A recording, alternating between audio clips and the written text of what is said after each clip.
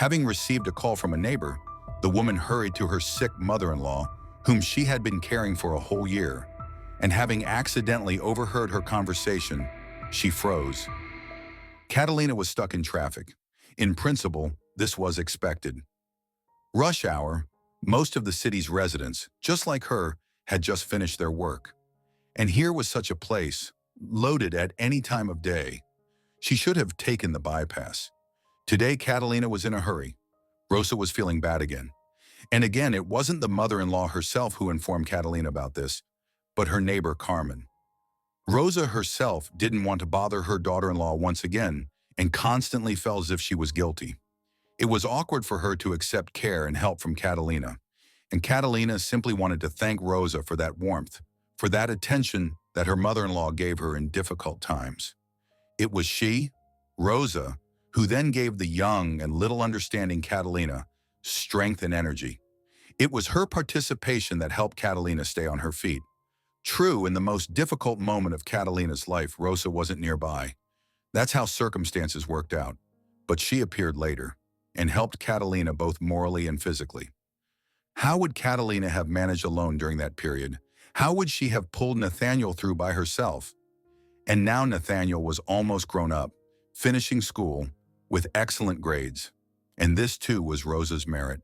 She spent a lot of time with the boy and taught him to read and to count, and they constantly studied some books together and solved puzzles. Catalina had the impression that Rosa, like Nathaniel, was genuinely interested in all this. And maybe that's how it was. Nathaniel also loved Rosa very much and considered her his grandmother. He didn't have another one. There was, of course, another grandmother on his mother's side. And he also had a grandfather once, but the boy didn't know them. Catalina's parents died even before Nathaniel's birth. Catalina's childhood was generally difficult. She lived with her parents in a one-room apartment in an old house. The neighborhood wasn't too prosperous, the city outskirts. Earlier, this was generally a village. Only later the city reached it. It grew somehow gradually, but the houses remained the same.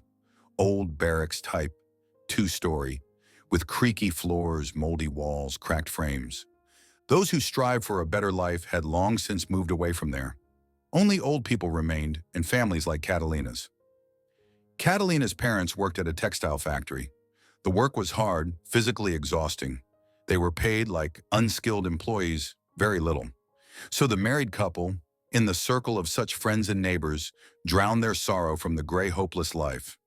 For a long time, Catalina thought this was normal. Everyone around lived like this.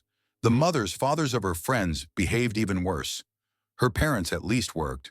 But then, becoming older, the girl realized this was wrong.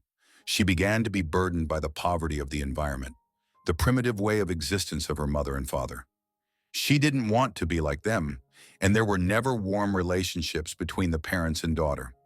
Catalina was considered something like a mandatory family attribute. Spouses should have a child. So they had one.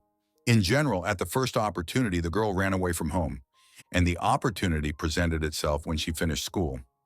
Without C grades, by the way, Catalina took it with diligence and hard work. She understood that she simply needed higher education to succeed in this life. Her father by that time had already completely drunk himself away. He was fired from work. Now he wandered around friends' places during the day, or, what was even worse, invited them to his apartment and got dead drunk. The mother naturally was not satisfied with such a situation. Scandals with breaking dishes, swearing, sometimes even physical violence constantly broke out between the parents. Catalina tried to stop this more than once. It never worked. She also got it, the freeloader who sits on her parents' necks. Catalina herself understood. It was time for her to earn money, and she also needed to urgently leave the family before trouble happened. The girl's heart felt something would happen soon. People can't get away with such a lifestyle. The girl left her hometown for the state capital after finishing school. After all, it's difficult to study when there's another drinking party behind the wall or chairs and dishes fly around the apartment during parents' quarrels. And Catalina often remained hungry.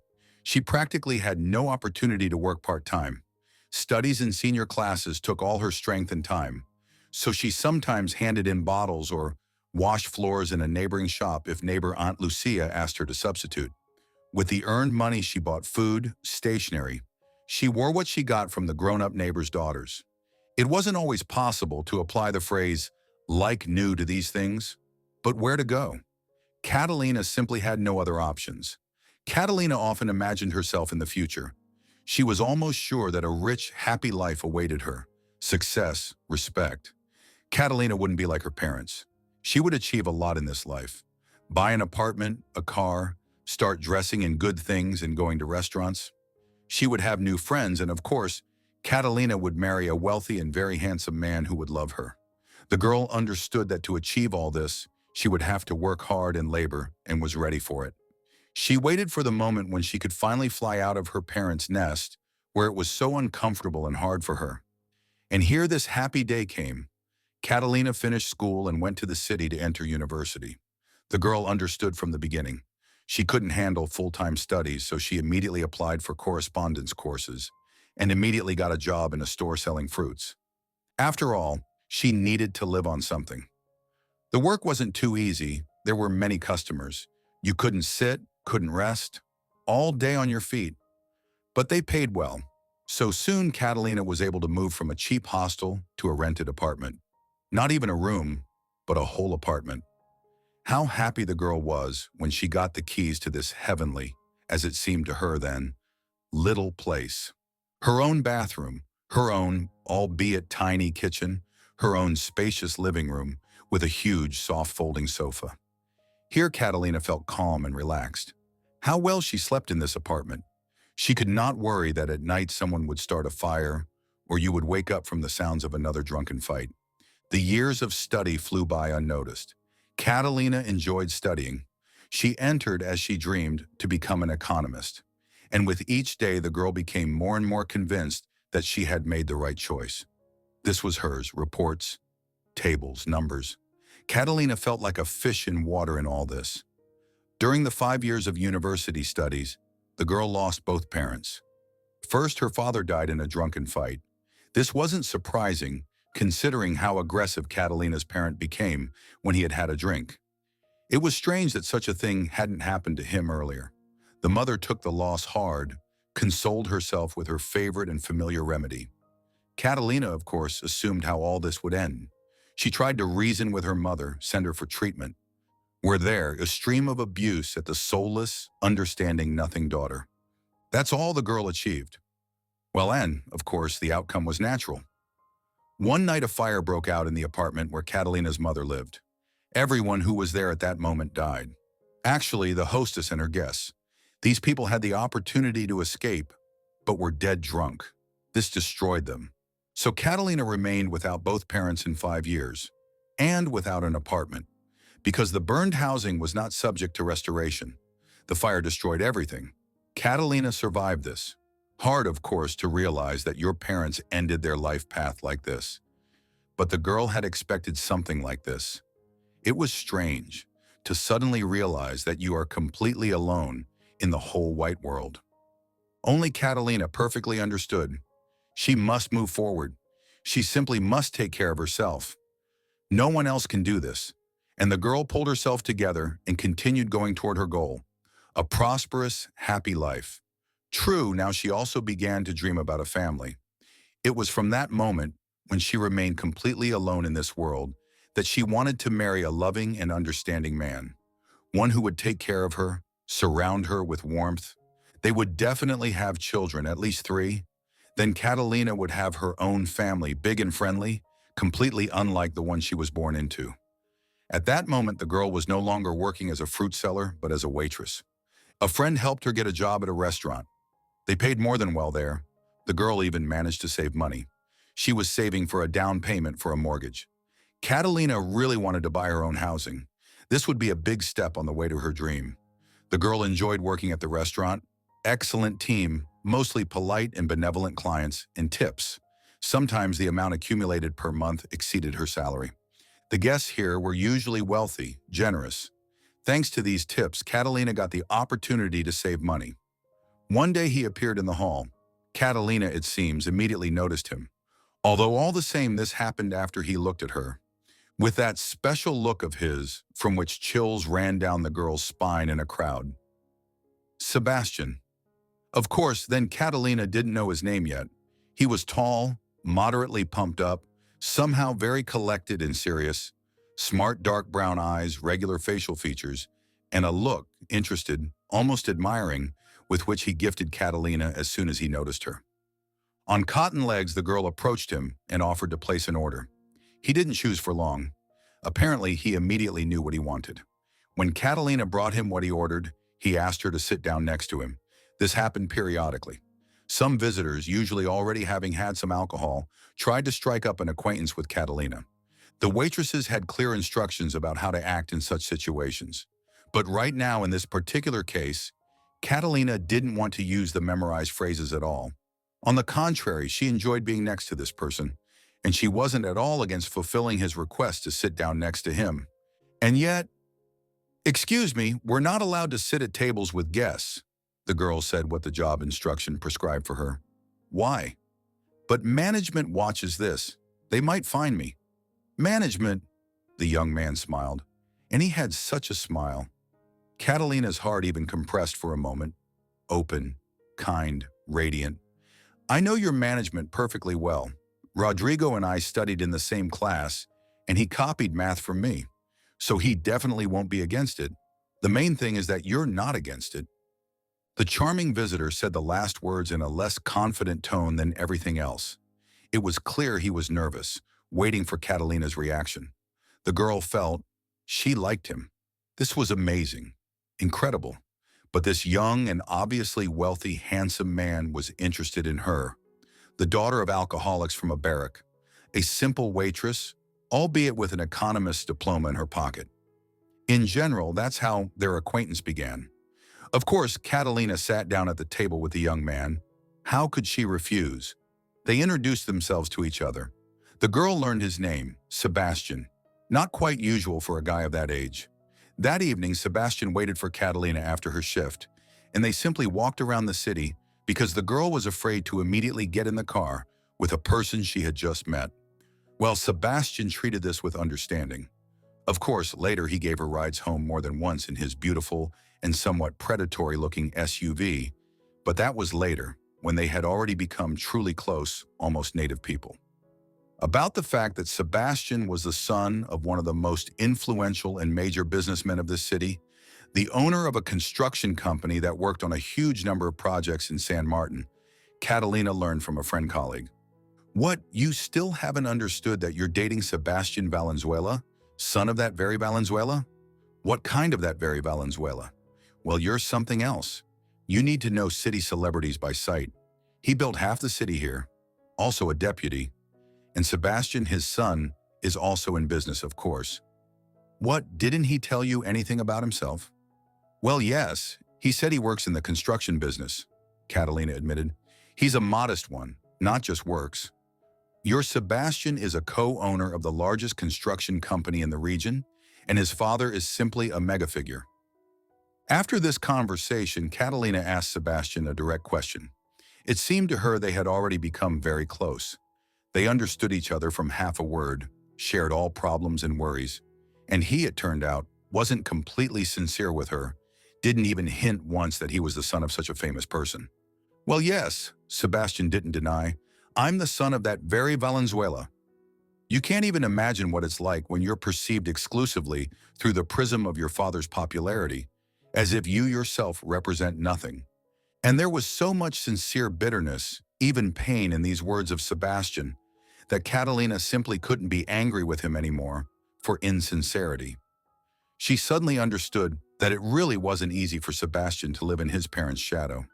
Yes, she herself experienced the same feelings from similar things. The alcoholic's daughter, Catalina, also left her town because of this, from the train of bad reputation. She liked that here, in the big city, no one knew her past. True, she of course told Sebastian everything, and he was very supportive of her. He didn't care what family his chosen one came from. Sebastian loved exactly Catalina as she was. He showered her with compliments, took care of her. He wasn't a spoiled rich boy. He knew how to love and show feelings. In general, next to him, Catalina felt happy and loved. However, having learned that Sebastian was the son of that very Valenzuela, the girl, of course, became somewhat embarrassed. Where was he and where was she? All their relationship was like a misalliance, like an attempt by a poor girl from the backwoods to bewitch a rich heir. But Sebastian, understanding what was wrong, quickly dispelled her doubts. Don't even think about it. You're important to me. Not your origin, past. You're unique. First, I fell for your appearance. Well, you're objectively a beauty. And then, when I got to know you better, I realized that you're a treasure. There are no more like you, believe me. I'm happy next to you. That's the main thing. And your parents? What about parents? Father? He doesn't have and never had such prejudices. He's a very simple person. Really, you'll see. And mother, well, that is stepmother. She's also simple and kind, and it's not for her to decide. In our family, father is the main one, and he definitely won't be against our relationship. He values people for their qualities and soul, not for wealth and origin. These words calmed Catalina, so she almost didn't worry when Sebastian suggested she meet his family. This happened after he proposed to Catalina. It was unexpected. No, Catalina understood that Sebastian loved her and that his feeling was sincere, and she herself was crazy about the young man. But somehow everything happened very quickly. They had been together for only a few months when Sebastian suddenly came to her with a bouquet and a ring. I want to be with you my whole life, and I'm completely sure of this, Sebastian said, looking into Catalina's eyes. Why drag it out? Be my wife. Naturally, Catalina agreed. Her head was spinning from everything that was happening. It seemed like it was a dream. And then, meeting his parents. Catalina understood that Sebastian's family was more than rich, but seeing their house, she was still surprised. Stylish, bright, spacious, beautiful and cozy at the same time. A huge garden. Such areas that it doesn't fit in your head that only one family lives here. Sebastian turned out to be right. His father, the famous Valenzuela Federico, really behaved as simply and naturally as possible. Such a pleasant one, looking much younger than his years. Kind, gray-blue eyes, engaging manner of communication. He seemed sincerely glad about his son's decision. This is good. A married man is completely different from a bachelor. A married man is more serious, more purposeful. I'm glad that my son turned out to be so responsible that now he will have his own family. Sebastian's stepmother, Rosa, also received the future daughter-in-law very well. Only she spoke little, as if hiding in the shadow of her sociable, communicative husband. But Catalina felt the support coming from her. Here words weren't even required, and this was pleasant. Only Consuelo, Sebastian's sister, behaved somewhat distantly. She looked at Catalina with cold dislike, didn't enter into conversation with her. She likes to play the princess, although inside Consuelo is quite a good and even kind person, Sebastian explained. Catalina by that moment already knew that when Consuelo was only 5 years old, and Sebastian, accordingly, hadn't even celebrated his first birthday yet, misfortune struck the family. The children's mother died, Leonora, still a very young woman. A hereditary heart disease was to blame, which fortunately wasn't passed on to any of the children. The father of Consuelo and Sebastian, Federico, remained in apathy for a long time after losing his beloved wife. The children during this difficult period were with nannies. Well, and then the inconsolable widower suddenly noticed how much little Consuelo resembled his late wife, and this seemed to sober him up, return him to life. He again took control of his business, now for the sake of the children. Well, and took up the upbringing of his son and daughter. He always loved Consuelo especially strongly. With a certain portion of envy in his voice, Sebastian told Catalina. This was noticeable, both in his father's gaze and in his words and in his gestures. No, father never deprived me, but exactly Consuelo is the light of his life for him, because she looks very much like mom. When the children grew up a little, Federico married again. He brought Rosa into the house, a quiet, beautiful, and very kind woman. She immediately loved us, Sebastian recalled. She began to take care of us, and this was wonderful. Not like nannies, and yet Consuelo and I lacked maternal warmth. Rosa gave us this warmth in full. She sincerely loved us. We became joy and outlet for her. She, Rosa, couldn't have her own children. We became native to her.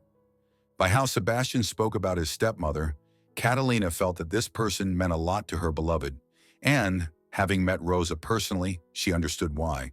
The woman's eyes radiated kindness. She was very sincere, very warm. A special aura emanated from her, like soft mist. If Federico was bright, loud, the main one, then Rosa, staying in his shadow, seemed to create a cozy and warm atmosphere in the house. Sebastian was more like his father, and Consuelo indeed behaved like a spoiled princess. But of course, Daddy's favorite, accustomed to universal attention. And here some Catalina appeared, Sebastian's fiancée, and now everyone only talks with her and about her. Of course, Consuelo didn't like this. Catalina also knew that Consuelo had recently divorced. Perhaps this was also why it hurt. She had a divorce, and her brother had a wedding coming up. So she sat at the table, contemptuously curving her lips and carefully avoiding communication with her future relative. Catalina decided not to pay attention to this. The main thing was that Sebastian's parents warmly received her. His father simply glowed with joy for his son. His stepmother clearly approved of Sebastian's choice. What more could she want? Of course, Catalina was afraid that they wouldn't even let her, a rootless poor daughter-in-law, across the threshold. And here was such a warm reception. This couldn't help but please her. And then there was the wedding. Magnificent, crowded. A specially hired stylist chose the dress for Catalina. Professionals invited from the capital did her makeup and hair. The girl was afraid even to find out how much all this cost. Sebastian told her not to worry about this side of the matter. A magnificent celebration is needed more by father than by us, so he pays for the holiday. This is how it's done among them, you understand, in his circle, and you relax. Catalina then nodded her head in agreement, but she felt uncomfortable. She still had to get used to this new, luxurious life. After the wedding, the newlyweds settled in the same cottage settlement where Federico's house was located, only on another street in a separate mansion.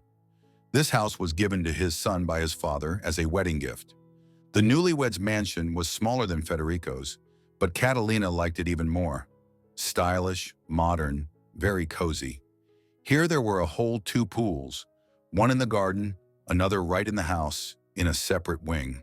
And there were as many as 8 bedrooms, a spacious living room, a huge kitchen, and a gym equipped with exercise machines.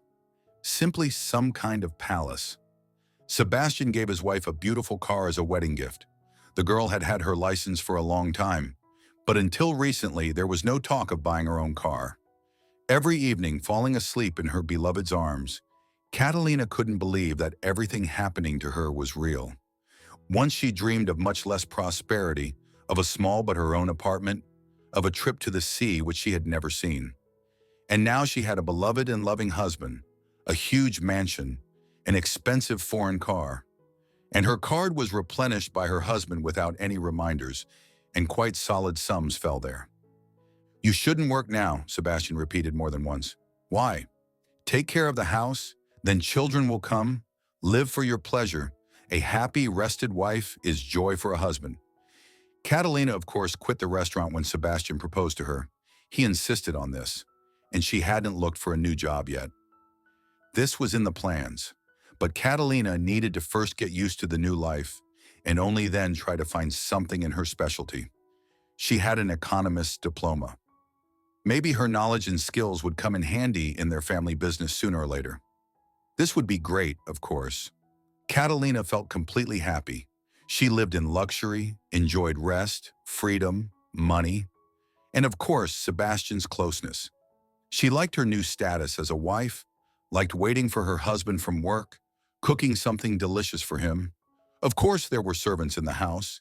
Catalina couldn't service such a giant alone, and Sebastian was against her getting tired from household chores. But it was pleasant for Catalina to cook for her beloved herself, which she did with pleasure.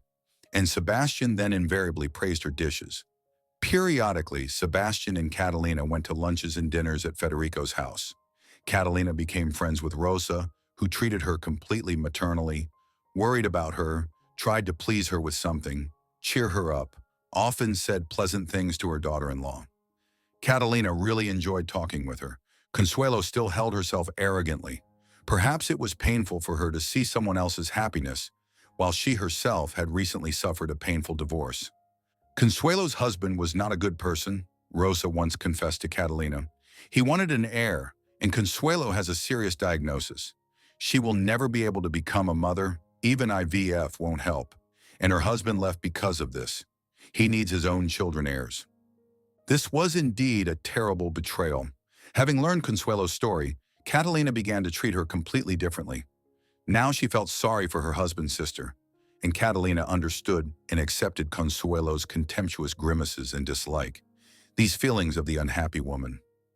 Very little time passed after the wedding when Catalina realized she was expecting a child. This was unexpected. The spouses hadn't planned an addition yet. No, both wanted children, but later. First, they thought to fly to a resort in a beautiful exotic country. Sebastian described the local beauties so vividly that Catalina couldn't wait to see them. They agreed to fly on vacation, and only then think about heirs. But it turned out as it turned out. Learning the news, Sebastian was so delighted that he began spinning around the room in some wild dance.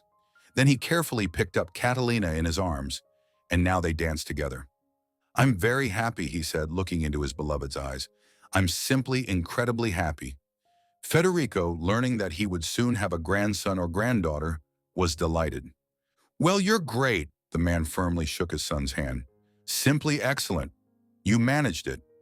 "Well, Dad, it wasn't that difficult," Sebastian parried, hugging Catalina. But Rosa seemed to tense up a little. She smiled, but her eyes were anxious. Catalina attributed this to Consuelo's account. After all, Rosa raised Consuelo, and her soul must have ached.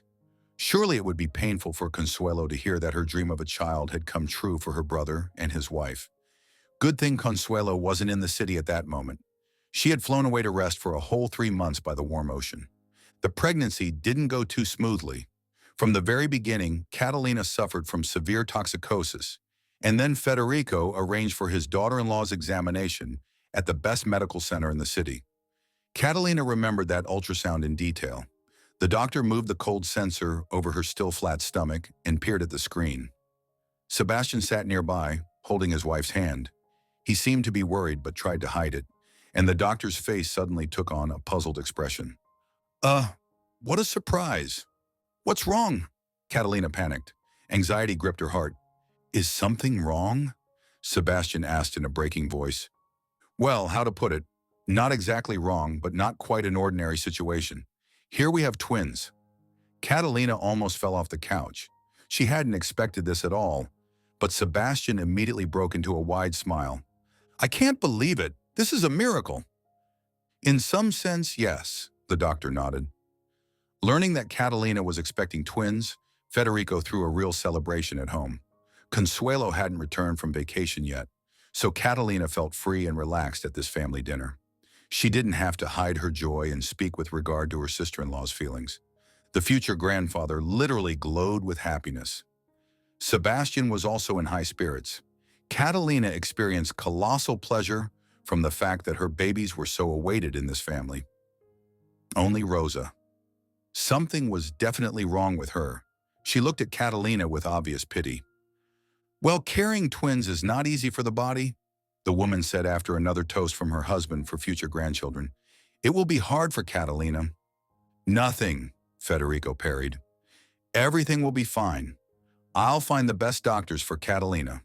She will be under observation and will give birth in a private clinic, the best in our city." Rosa only sighed and then went upstairs altogether, which upset Catalina a little.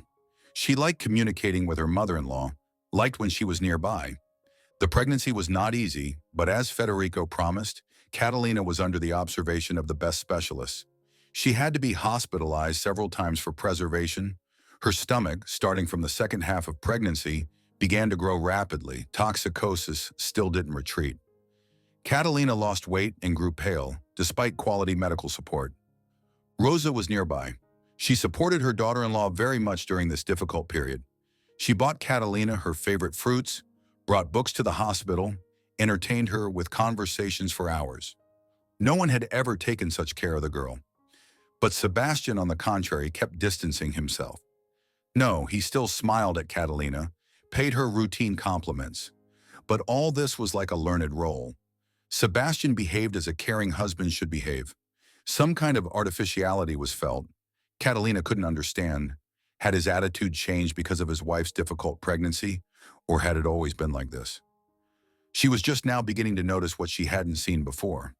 However, Catalina felt so bad, and there was still so much to prepare for the baby's arrival, that little time remained for thoughts about Sebastian's behavior.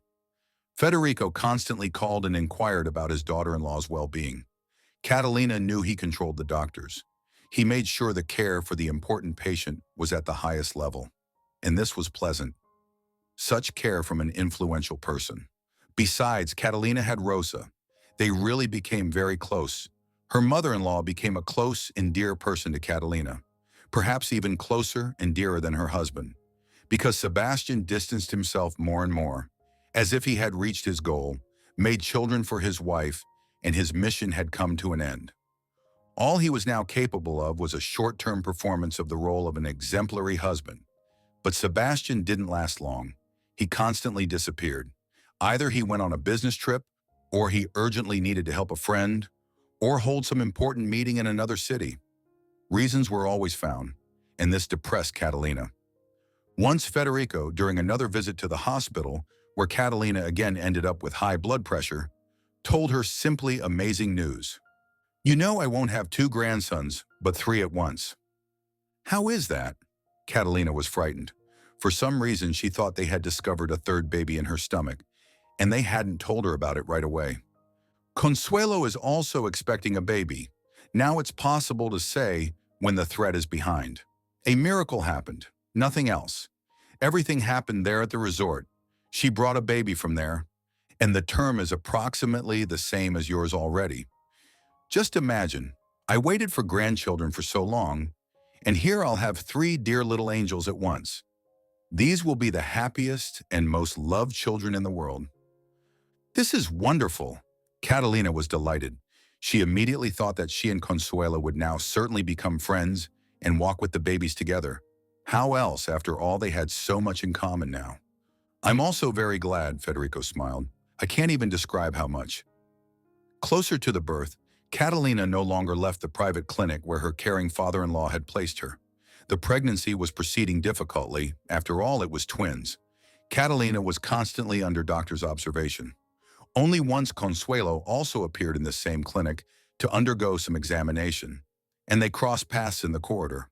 Their terms were approximately the same, but Consuelo's stomach was barely visible under her sweater, while Catalina could barely move and couldn't do without a support belt. Not surprising, she had 2 children at once, while Consuelo had only 1 baby. A girl, as Federico said. Consuelo was taking some tests. Happy Catalina approached her to congratulate her on the upcoming addition, but her sister-in-law behaved exactly as usual. Catalina hoped in vain that their relationship would change. "Thank you," Consuelo said through gritted teeth, and immediately turned around, showing with her whole appearance that the conversation was over. And then events began to change with some incredible speed. First, Sebastian was sent on some long-term business trip abroad, and this on the eve of the birth of his firstborn, at such a responsible moment. But Catalina was explained that there was no other way. Family business and a comfortable life sometimes require sacrifices. Second, and this hit Catalina much harder, Rosa fell ill. Her diagnosis turned out to be serious.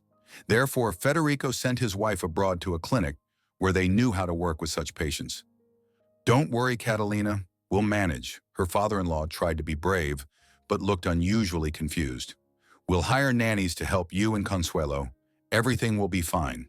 And then Sebastian will return, and Rosa too, and everything will be good again. We'll live as one big happy family. Everything will be fine." Catalina really wanted to believe Federico's words. Good thing he stayed nearby. That spiritual warmth and care that came from Rosa, she couldn't get from him, of course. But behind her father-in-law, Catalina felt like she was behind a stone wall. Everyone respects Federico. Everyone fears him. As long as he's next to Catalina and her babies, everything will be fine. And then the day of birth came. Catalina didn't carry to the planned cesarean. The babies asked to come into the world ahead of time. Medical staff urgently arrived, a team paid for and instructed by Federico. the most experienced team in the city, according to him. Catalina was taken to the delivery room. They injected something into her arm, and that was it. She seemed to fall into a black pit. She woke up already in a single room. Some sensors were beeping around. Her mouth was dry, her tongue seemed to be swollen and increased in size. Her head was buzzing, her legs and arms almost didn't obey at all. A strange state. And then Catalina realized that she no longer had the huge belly that had become almost an unbearable burden for her in recent months. She was as if doused with cold water from a bucket. Had she already given birth? And where were the children? The girl got up from the couch and headed for the exit. She didn't make it. She fell from weakness on the way, making quite a loud noise, as she also knocked a chair to the floor. Immediately, people in white coats ran into the room as if they had only been waiting for them. Several nurses, a doctor who was supposed to deliver the babies. Catalina had seen all of them the day before she fell into oblivion. "Where are my children?" Catalina asked. "Catalina, now I'll explain everything to you," the doctor promised. He was already lifting the weakened patient from the floor. The doctor helped Catalina get to the bed, laid her down. He gestured for the others to leave and said terrible words. "The babies were born weak. Well, your body wasn't able to carry 2 children at once. This happens. The boy is in intensive care. He has good chances of survival, although we'll have to work with him. But the girl, what about her? In general, we couldn't save her." The meaning of these words didn't immediately reach Catalina. "What do you mean couldn't save her? How is this possible?" The day before birth, she perfectly felt the movement of both her children. Catalina had even learned to distinguish them by activity. Her son kicked energetically, confidently. The daughter made smooth and probably graceful movements of a ballerina. Catalina was sure that her little girl, when she grew up a little, would dance. The following days passed as if in a fog. Catalina slept a lot because only in sleep she didn't think about her loss. That is, only in sleep was it easier for her. She didn't want to wake up because then heavy reality immediately fell upon the unfortunate young mother. Sebastian called often, reassured her, asked her to focus on the good. After all, they had a son. But Catalina couldn't rejoice in her son, although she immediately loved him with all her heart, this tiny and so touching baby. But it was unbearably painful to look at her son and understand that next to him should also lie a daughter whom Catalina didn't even have time to see. By the way, this was Federico's order, not to show his daughter-in-law her daughter. "Why do you need these extra nerves?" he explained to Catalina, lowering his eyes. Apparently, he too was taking the loss hard. "This is too much." Her father-in-law protected his daughter-in-law from a heavy shock, and Catalina was grateful to him for this. About 2 weeks later, Catalina was discharged with her son. Federico picked them up. He made sure that the second crib and things prepared for the baby girl disappeared from the nursery. And good, Catalina could hardly have endured such a thing. Soon, Consuelo also went to that same medical center. She gave birth to a wonderful, healthy baby girl, strong, loud. Catalina didn't even look at this child. She was happy for Consuelo, but couldn't now calmly admire a newborn girl when she had just lost her daughter. And her son required a lot of attention and care.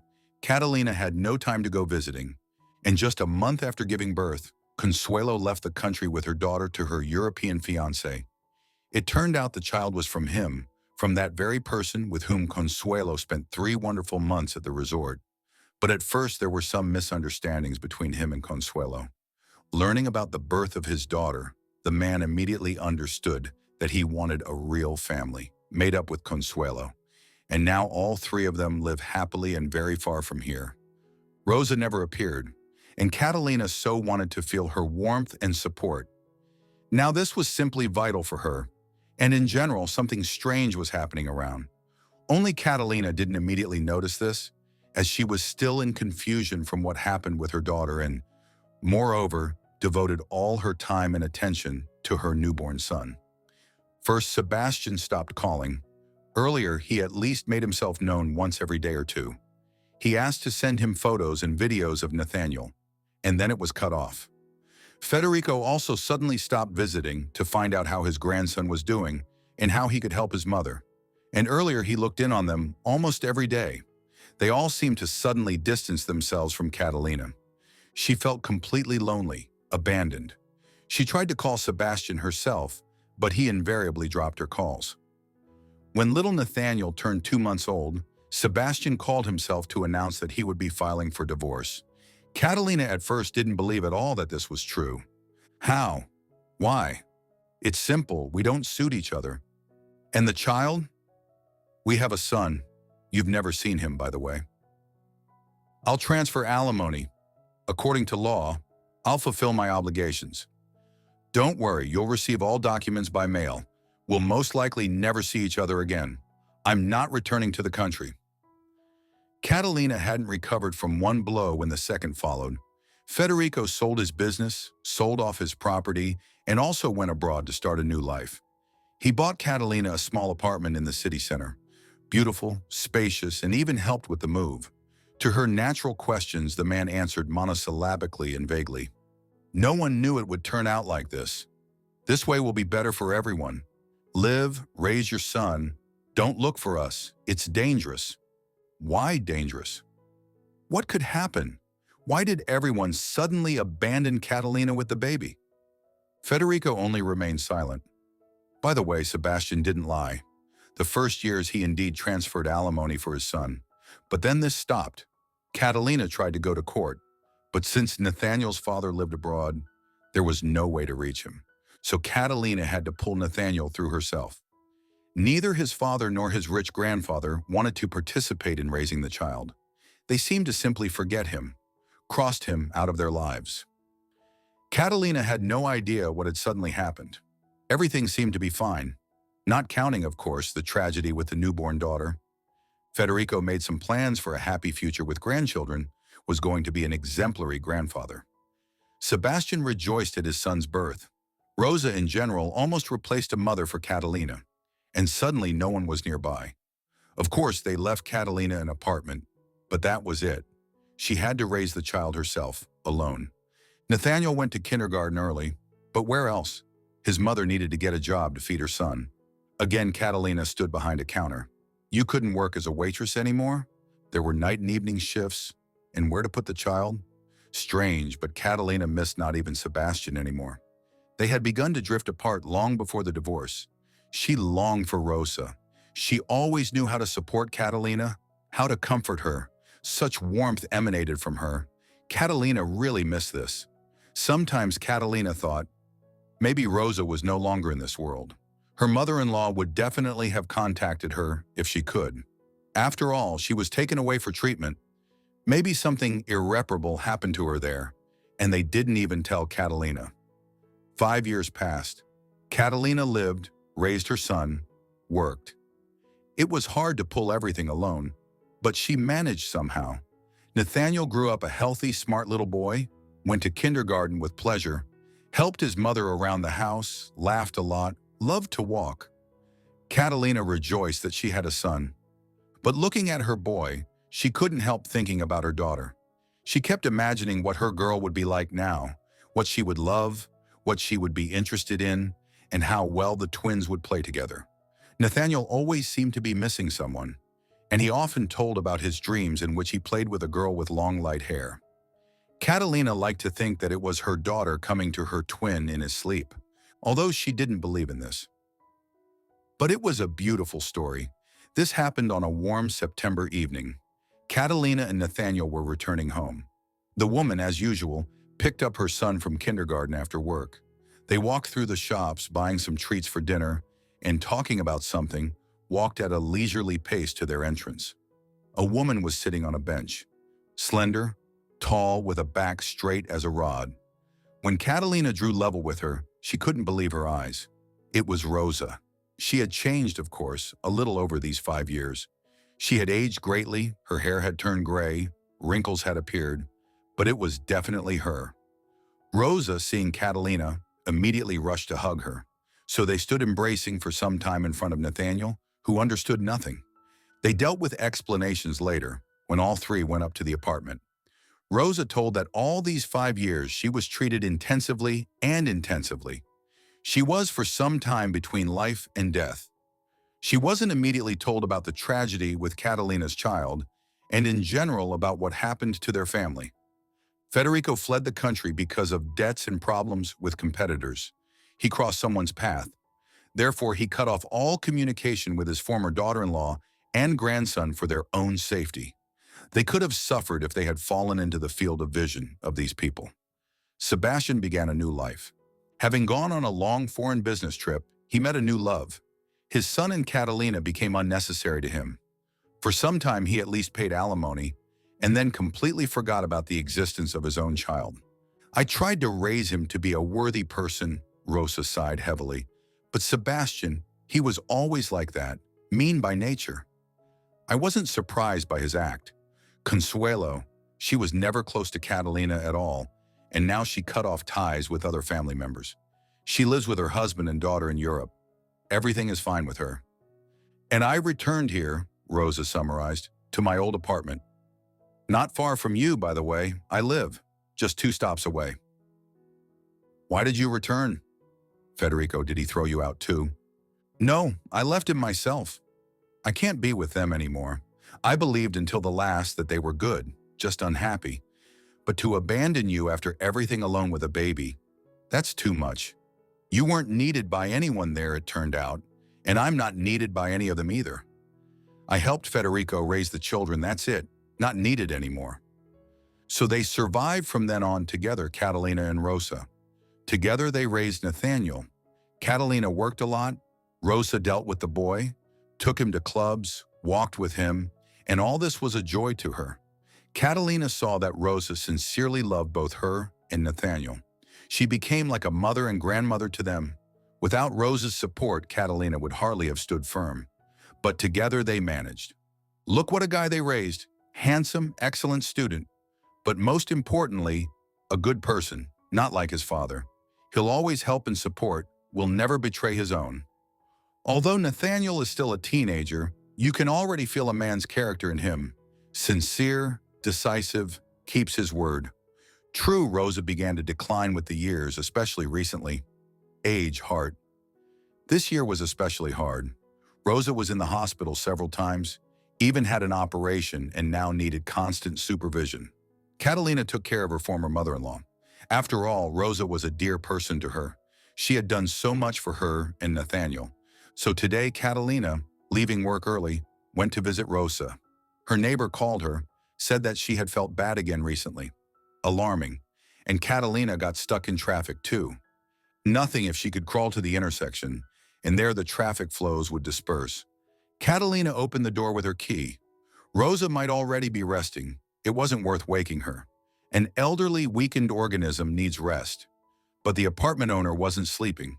Finding herself inside, Catalina immediately heard her voice coming from the bedroom. Rosa was apparently talking on the phone with a friend. With Carmen, of course. Her mother-in-law had one close friend. They had been inseparable since childhood. Catalina was about to enter the bedroom with a smile, greet Rosa, send regards to Carmen, when suddenly she was stopped by a strange phrase from her mother-in-law. Carmen, I'm guilty before Catalina, you know. Only you know everything here. Oh, how guilty I am. Catalina froze by the door. What do you mean guilty? Who had been her support and mainstay in these difficult years? It was only Rosa. She became a mother to Catalina and a loving, caring grandmother to Nathaniel. What guilt was she talking about? Yes, it's clear that they intimidated me. I know, Carmen, that it's better not to get involved with Federico. Yes, you're right. It's better for everyone this way. But still, what is it like for Catalina to live with the thought that her child is not in this world? She still can't sincerely rejoice when it's Nathaniel's birthday. She only pretends so as not to spoil her son's mood. And I can see that her soul still hurts. Catalina felt a slight dizziness. She didn't know exactly what was wrong, but she understood this was somehow connected to her daughter, to what happened on the day the twins were born. And Rosa was hiding some secret from her. I feel I'm going to the next world soon, Rosa continued to share her experiences with her friend. Well, how can I carry such a secret with me? And I can't tell either. Many years have passed, but it's still dangerous. Here, Catalina couldn't stand it. She entered the room. By her face, Rosa understood that her daughter-in-law had become an accidental witness to the conversation with her friend. Carmen, I'll call you back later. Rosa pressed the hang-up button and looked at Catalina. Tears were gathering in the elderly woman's eyes. And such was this look.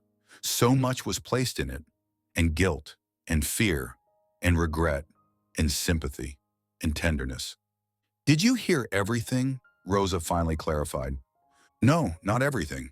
But it was about my daughter. I beg you, I must know everything. Since it turned out this way, of course, I'll tell you everything, Rosa sighed. I've felt guilty all these years because of my silence. But now I'll tell you everything, and you'll understand. And I hope you won't hold anger against me. Just sit down, girl. And Rosa began her amazing story, resembling more the plot of a twisted Mexican soap opera. Federico, an influential and rich man, was used to getting everything he wanted. He had simply an ideal family. His beloved wife, Leonora, he fell in love with her while still a schoolboy. He courted her for a long time, and here they were, happily married. Soon after the wedding, the couple had children, daughter Consuelo and son Sebastian. Federico loved them all, and everything he did, everything he achieved, all this was for them. But of course, the most beloved person in his life was his wife. Therefore, when Leonora became seriously ill, the man mobilized the best doctors. He spared neither money, nor effort, nor time. Leonora was treated both at home and abroad. At her disposal were all the latest achievements of science in the field of her diagnosis, but still the ailment proved stronger. The doctors couldn't perform a miracle. A still young and very beautiful woman departed from life. Federico plunged into an abyss of grief from which friends, psychotherapists, colleagues, and even competitors pulled him out for a long time. The man came to his senses only after a couple of years, when he suddenly noticed how much little Consuelo resembled his late wife. And this seemed to sober him up, return him to life. He again took control of his business, now for the sake of the children. Well, and took up the upbringing of his son and daughter. He always loved Consuelo especially strongly. This was noticeable, both in his father's gaze and in his words and in his gestures. No, father never deprived me, but exactly Consuelo is the light of his life for him, because she looks very much like mom. When the children grew up a little, Federico married again. He brought Rosa into the house, a quiet, beautiful, and very kind woman. She worked in one of his companies, kind, calm, soulful. Somehow they gradually came together. I had been in love with Federico for a long time, like many of my colleagues. Rosa smiled, remembering the past. But I didn't think, of course, that he would pay attention to me. At first, I couldn't believe my happiness. And he told me later that an aura of calm emanated from me, and I had kind eyes. So he decided that with me, their family would become warmer and brighter. After all, the children needed maternal care. Nannies can't replace a close person. Well, Rosa also became attached to the babies. Sebastian, he immediately began calling her mom, and Consuelo was older, resisted longer, and showed a stubborn character. But she, too, later grew attached to Rosa. Federico spoiled them. The children got everything they wanted. I warned him, you can't do this. It didn't affect their spiritual qualities too well, but in this matter he never listened to me. Therefore, I wasn't an authority for his children. They knew everything was decided by father, and he would always give them what they wanted. I, of course, was a member of their family, even the soul of the family, as Federico liked to say during feasts and as a toast. But all my life I understood that I had no voice, that serious questions were decided and would be decided without me. I tried to object at first, but Federico harshly made it clear that it wasn't worth doing so. Time passed, the children grew up. Consuelo fell in love with a young man, her former classmate. Federico didn't approve of her choice at first, but Consuelo eventually talked him into it. She always managed to wrap her father around her finger. Only her, but no one else. Consuelo began living with her chosen one in her separate apartment, Rosa began to explain. They decided to have a child. Both were really fired up about this idea. That guy, I think, wanted to establish himself in a wealthy family with the help of a baby, and Consuelo really loved him very much. But nothing worked out. And then Federico put his daughter in for examination. Here it became clear that Consuelo would never be able to have children. Even IVF wouldn't help her. Even surrogacy was excluded. Her female system doesn't function at all. Consuelo fell into apathy. It's understandable to learn such a thing about yourself at a young age. Rosa supported her adoptive daughter. After all, she understood her like no one else. She herself had been diagnosed with infertility since her youth. It's hard, but you can live quite well. I persuaded her to take a child from an orphanage. I myself didn't decide at the time. Then it was too late. But where, Consuelo, she's like that, used to getting everything she wants, all like her father, and spoiled since childhood. Well, the girl became fixated. She sent her guy away. He suddenly became uninteresting to her. We told you that her husband left her, so you'd be softer toward Consuelo. Federico came up with this because of her character. In general, some more time passed. It was hard for Federico to watch how his beloved daughter suffered. And then this plan was born. I knew everything from the beginning, Rosa sighed. After all, I was already part of this family, but I still had no voice. This plan was terrible. Consuelo wanted a child fanatically, but it was impossible. She eventually had to admit the sad fact. To take a baby from an orphanage was out of the question. Consuelo wanted her children to have her own genes. A child of relatives would do, but where to get one? And then Federico proposed the following. Sebastian finds a beautiful and healthy, but poor, simple girl. One whom no one can stand up for. He makes her fall in love with him. They get married. Sebastian's wife gets pregnant. At the same time, Consuelo supposedly also finds herself in a condition. Well, they give birth almost simultaneously in a clinic where Federico has his people, and then Sebastian and his wife's baby supposedly dies. In reality, it's given to Consuelo, who a little later supposedly gives birth to a healthy living baby. Consuelo got a child this way, her own nephew, not someone else's offspring. Federico promised Sebastian a company he had long dreamed of for his labors. Federico himself got a happy and finally satisfied daughter. Everyone was in a favorable position, except Sebastian's wife, who was assigned such a terrible role, the role of a mother who lost a child. However, Federico believed that for a poor girl, the apartment they graciously left would be good consolation. He still believes that everything can be measured with money and compensated. Catalina, you probably understand what happened next. Sebastian met you, the woman nodded, and I turned out to be that very simple poor girl whom no one could stand up for. Exactly.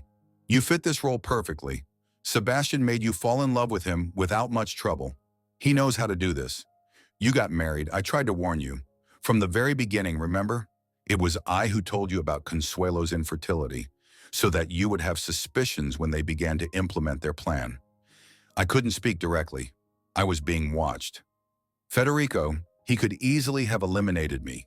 And you. I was more afraid for you than for myself. Everything went a little off plan. Catalina got pregnant, but it turned out she was expecting 2 babies at once. Twins. Federico was delighted then, Rosa remembered. He said that at least one child would remain with you, that this way you wouldn't feel completely unhappy, you'd console yourself faster. When he learned that you were expecting a boy and a girl, he offered Consuelo a choice. Just like in a store, he gave her the choice of whom she wanted to take, and she settled on the girl. Rosa tried to dissuade the household from the monstrous step, but only achieved that Federico sent her far from the country, supposedly for treatment. He was afraid that Rosa would tell Catalina everything, and then the calculated plan would fail. In general, everything worked out for them. They kept me locked up, but Federico came to me, told me everything. Consuelo got the child and moved to Europe with her new love and the baby. Federico and Sebastian also left the country. Then they released me from this medical center. I lived with Federico again. Only the children now lived independently. Who where? Both far from their father.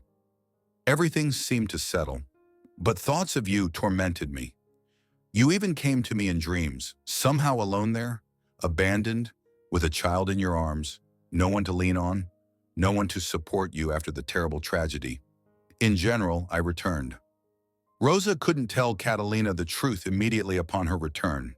Federico let her go, but warned that if she blabbed, if Catalina began looking for her daughter, and this became known to him, then he would do everything to take away her son too. And this wasn't difficult. He had money and connections. custody would simply give the child to a more well-off parent, the father. That's all.